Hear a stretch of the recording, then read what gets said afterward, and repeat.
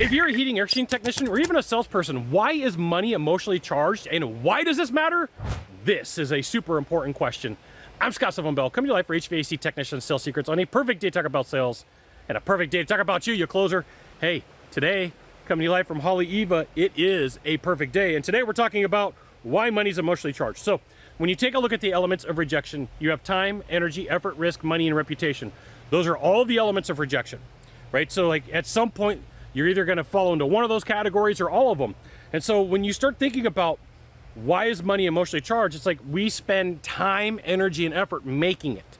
So like when you hear somebody about a breakup, like I dated this guy or I dated this girl, I dated this person, I spent so much time, I spent so much energy with them, I spent so much money on them, right? There's the emotions involved of what it takes. There's all those emotions involved of what you could have been doing instead, right? So like people don't want to make a mistake. They look at their product, their service, their widget, their gizmo, and they're like, hey, if I make this mistake, I'm going to get judged. I've got a jerk neighbor that's going to judge me. I got the a-hole boss that works with me that always tells me that I do things wrong. There's always somebody in your life that's judging you. It could be a significant other, like, you made another mistake. So there's tons of emotions tied to money. And so this is one of the elements that salespeople forget to talk about. And this is why you should subscribe right there. So what you need to know is when you are talking about your product, when you are talking about your service, when you are giving your effort, there are emotions involved with what you do. How is somebody going to feel after they get what you buy? How is somebody going to interact with it? What words would they describe?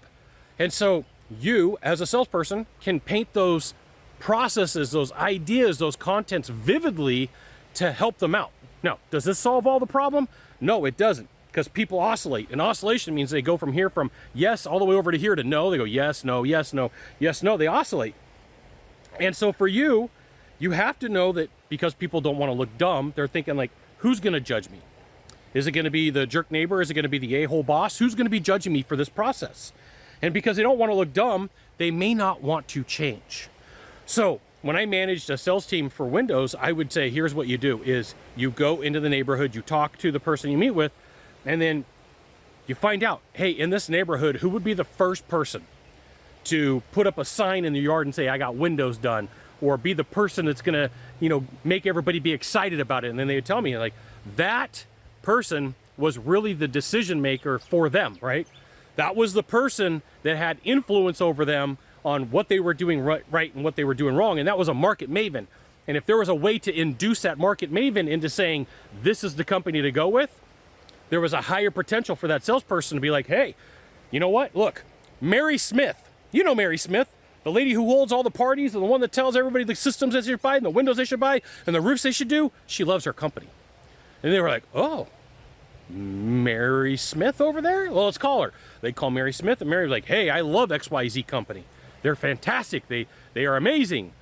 And she did all the heavy lifting. I did all the heavy lifting up front by asking the question, who in the neighborhood is going to be the first person that you're excited to go talk to?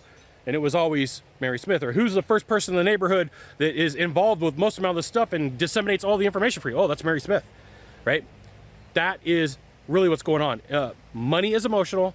Figure out who is the emotional decision maker, and you can close more deals. You got one of two things to do from here. Just one of two. Find the subscribe button, click on it. Every time I send out a video, you'll get an update, or hit follow. We'll see you soon. Thanks for watching.